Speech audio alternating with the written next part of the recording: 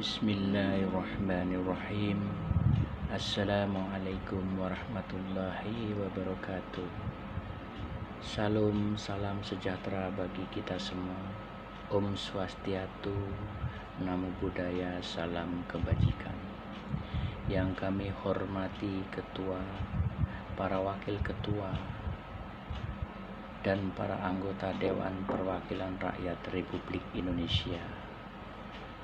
Pertama-tama mari kita panjatkan puji syukur kehadirat Tuhan Yang Maha Kuasa, karena atas rahmat dan karunia-Nya kita masih diberikan kesempatan untuk bertatap muka dan menjalankan tugas kenegaraan yang amanat konstitusi untuk menyampaikan keragaman ekonomi makro dan pokok kebijakan visi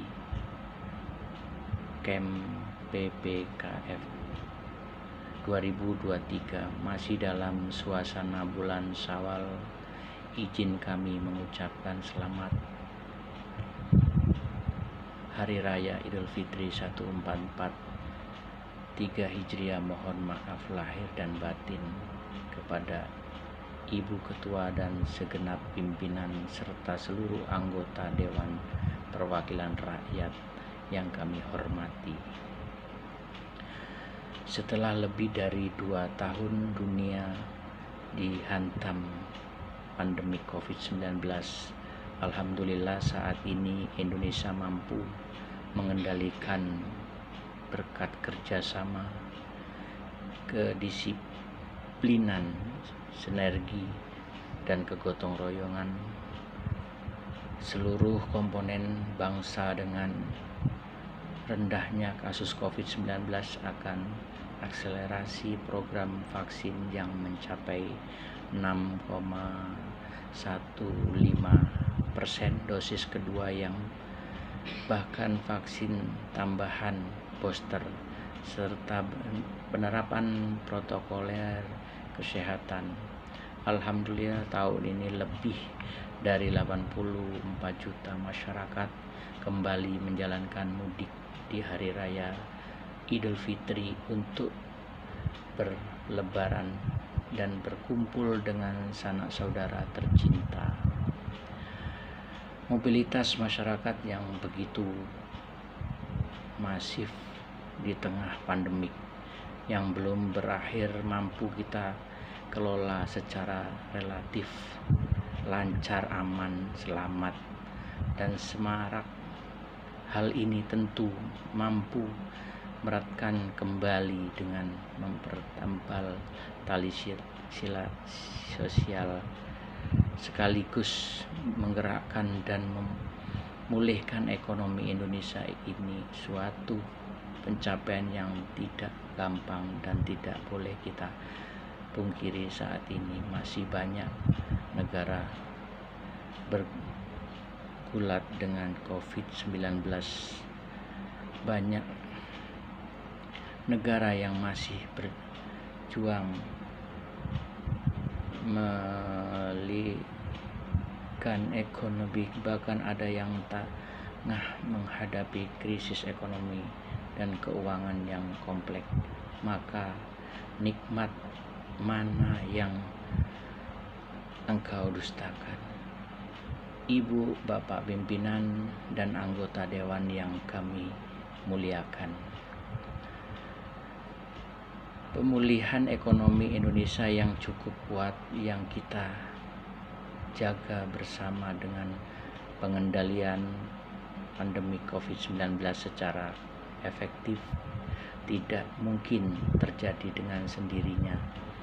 Ini merupakan hasil kerja keras dari berbagai upaya luar biasa dari kita bersama, pemerintah dan DPR, serta segenap unsur masyarakat, akademik, dan para ahli serta dunia usaha. Sejak awal pandemi bulan Maret 2020, kebijakan ekonomi makro dan kebijakan fiskal memainkan peran yang sangat penting dalam menangani guncangan hebat akibat pandemik demi dampaknya yang multidimensi, kompleks dan luar biasa. Langkah-langkah darurat dan ekstern kebijakan ekonomi makro fiskal dilakukan secara teoris sistematis untuk tujuan pertemuan menyelamatkan jiwa dari ancaman COVID-19 dengan kenaikan dukungan agar sangat besar untuk menguatkan secara saran kesehatan, penanganan pasien, obat-obatan, pemberian instif tenaga kesehatan termasuk pengadaan vaksin kedua, memberikan tambahan secara masif insentifkan bantalan sosial untuk melindungi masyarakat dan merosotnya daya balik akibat kehilangan pekerjaan, terhentinya aktivitas ekonomi yang meluas ketiga, mendukung dan melindungi dunia usaha, terutama usaha makro kecil dan menengah UMKM dari tekanan kebangkrutan akibat dengan kompat menjaga stabilitas sistem keuangan dari ancaman efek domino akibat kontraksi dan perlamahan ekonomi. Pemerintah mengeluarkan Perpu nomor 1 tahun 2020 yang telah disetujui dengan disahkan oleh Ibu Bapak anggota DPR menjadi Undang-Undang nomor 2 tahun 2022 yang memberikan landasan hukum yang kuat agar pemerintah dapat lebih fleksibel, responsif dan aktivatif dalam penanganan pandemi COVID-19 yang sangat diwarnai dengan ketidakpastian kebijakan ekonomi makro dan kebijakan fast di masa pandemi ditujukan untuk coverage dan menahan guncangan soft absorb untuk menangani merosotnya sisi permintaan organ down maupun sistem supply. Kebijakan fisik pekerjaan sangat keras sebagai instrumen untuk dengan paling dampak menangani potensi tropis krisis ekonomi dan keuangan. Sebagai konsultasi batas atas defisit APBN dijalinkan lebih 3% PDB untuk 3 tahun yaitu 2020, 2021 dan 2022. Kebijakan fisik APBN tidak mungkin bekerja sendiri menghadapi tantangan ekonomi yang multidimensi. Diperlukan berupa kebijakan dan sinergi yang kuat dengan otoritas penertib dan Indonesia BI, Otoritas Jasa Keuangan, OJK dan Lembaga Penjamin Simpan LPS dalam Forum Komitmen Sistem Keuangan KSK. OJK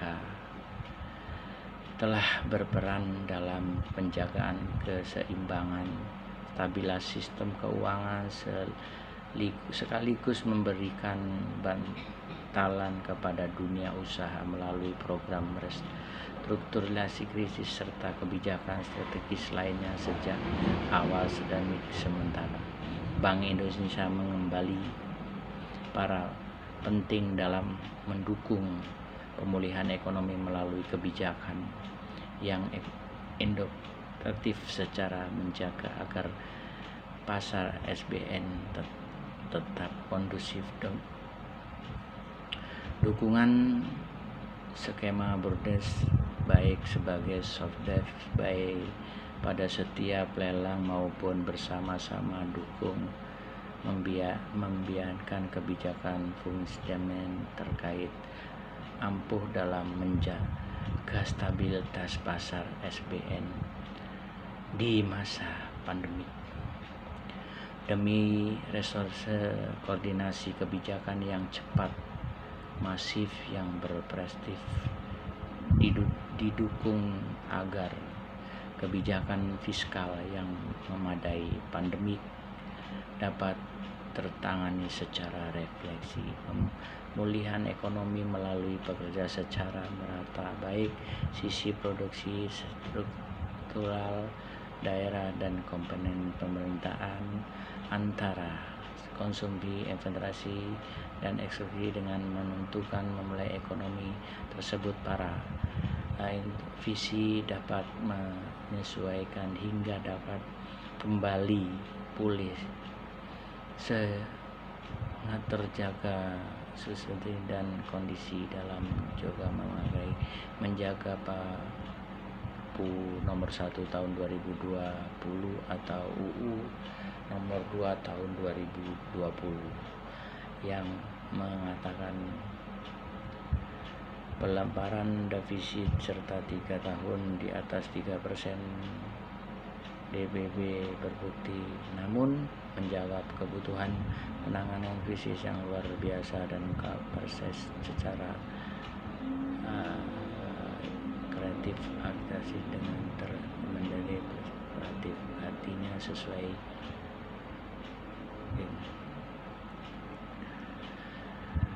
pemulihan ekonomi merupakan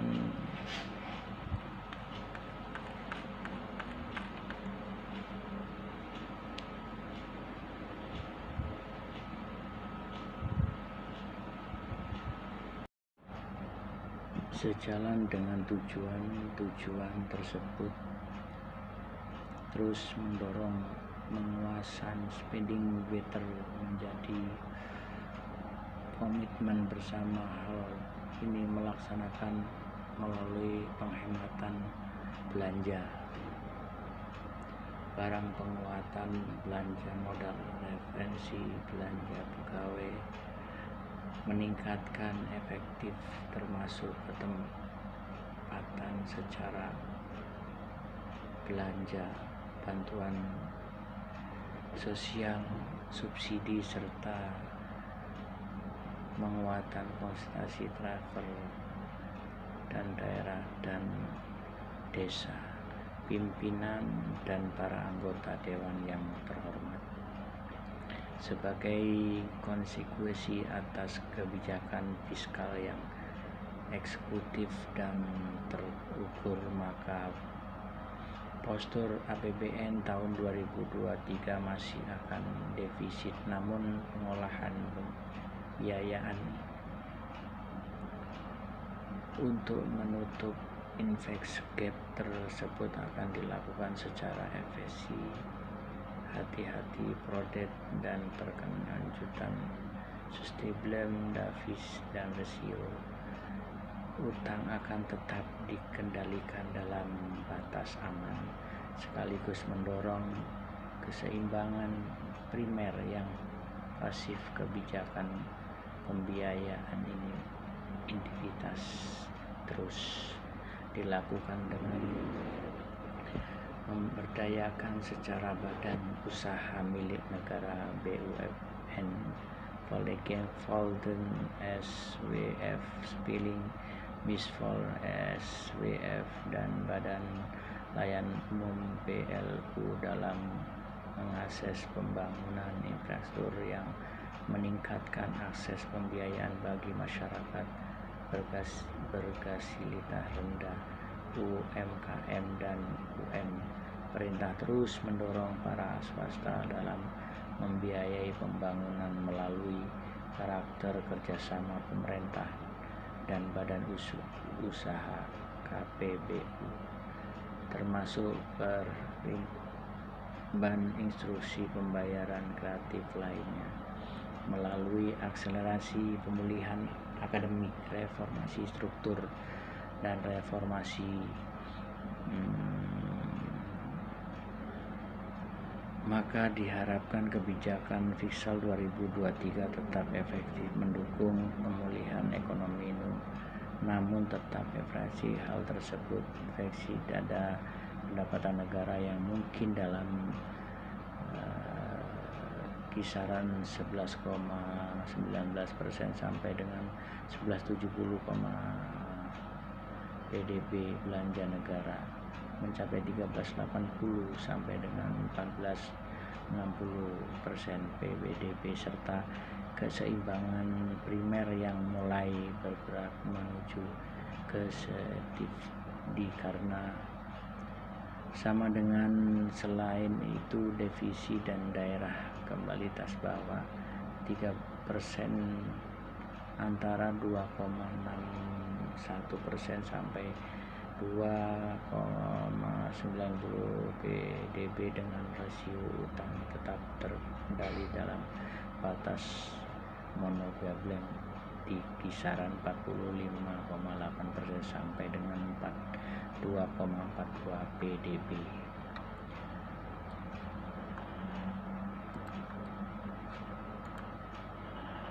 Dengan pengelolaan vaksin yang sehat disertakan dengan efektif stimulus kepada efeksional ekonomi dan perbaikan kesejahteraan rakyat, tingkat pengangguran terbuka tahun 2023 dapat ditekan dalam kisaran 5,3 hingga 6,0. Angka kemiskinan dalam renang 4,5% sehingga 8,5%.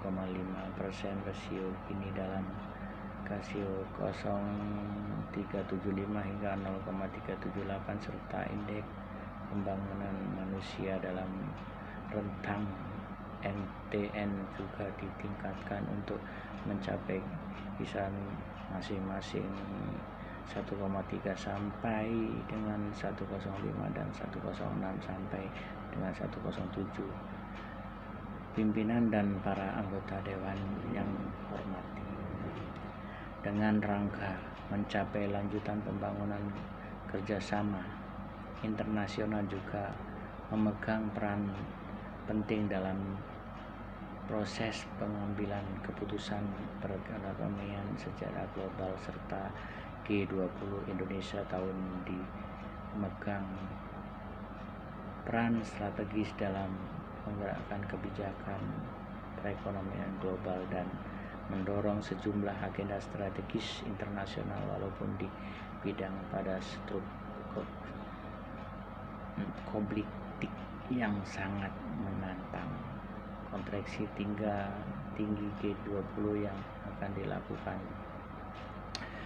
pemulihan ekonomi global dan mengangkarkan kepentingan nasional Indonesia dan mengerti kembangkan informasi multi para penting Indonesia di dunia internasional terutama kawasan menjadi strategis dan kepemimpinan Indonesia sangat ASEAN Cek tahun 2023 untuk memastikan kepemimpinan yang Indonesia di kawasan yang lebih kuat strategis, maka kita harus mendorong pemulihan ekonomi di kawasan serta kebersamaan untuk keluar dan krisis menuju perekonomian di kawasan yang lebih kuat dan tangguh. Pemimpin dan para anggota dewan yang terhormat, demikian pengantar dan keterangan pemerintah atas karangan ekonomi makro dan pokok-pokok kebijakan fisik tahun 2023 yang telah disusun pemerintah dengan pertimbangkan dinamika perekonomian tengah dan agenda pembangunan. Selanjutnya pemerintah mengharapkan dukungan, masukan dan kerjasama seluruh anggota dewan yang terhormat dalam mengembangkan PPKF tersebut sesuai dengan peraturan perundang-undangan yang berlaku. Sebagai penutup, kami kutip dan ayat Al-Quran yang kami kira sangat relevan dengan dinamika perekonomian kita saat ini dan ke depan, yang Al-Quran surat Yusuf ayat 47 48, dia Yusuf berkata, agar kamu bercocok taman 7 tahun berturut-turut sebagai bangsa, kemudian apa yang kamu tual hendaklah kamu biarkan di tangan kecuali sedikit untuk kamu. Maka ayat 47, kemudian setelah itu akan datang 7 tahun yang sangat sulit, yang menghabiskan apa yang kamu simpan untuk menghadapi tahun sulit, kecuali sedih dan apa bibit gandum yang kamu. Sampai ayat 48. Ayat yang tersebut memberikan inspirasi kepada kita bahwa suatu keniscayaan kita, suatu perekonomian akan menghadapi sirkulasi ekonomi. Business of Esdin Makmur Bof dan Speaking Resel. Oleh karena itu segala krusial untuk menyiapkan ketentuan kebijakan applicable untuk menghadapi situasi sulit masa ini. Inti resep kembali kesehatan APBN melalui konsolidasi agar merupakan para optimal sebagai instrumen soft off pada saat terjadi gejolak di masa mendatang. Semoga Allah Subhanahu wa Ta'ala menantiasakan pemberian bimbingan dan perlindungannya untuk dapat melewati masa-masa sulit sekarang ini. Semoga kita diberikan kekuatan untuk dapat melaksanakan tugas dan amanah melayani seluruh rakyat Indonesia dalam upaya menuju bangsa yang berdaulat, maju, adil, dan makmur. Amin. Walau fit ilhamit tariq. Wassalamualaikum warahmatullahi wabarakatuh. Om Santi Santi Santi Om. Namo Buddhaya. Jakarta 20 Mei 22 atas nama Pemerintah Republik Indonesia, Ibu Menteri Keuangan Sri Mulyani.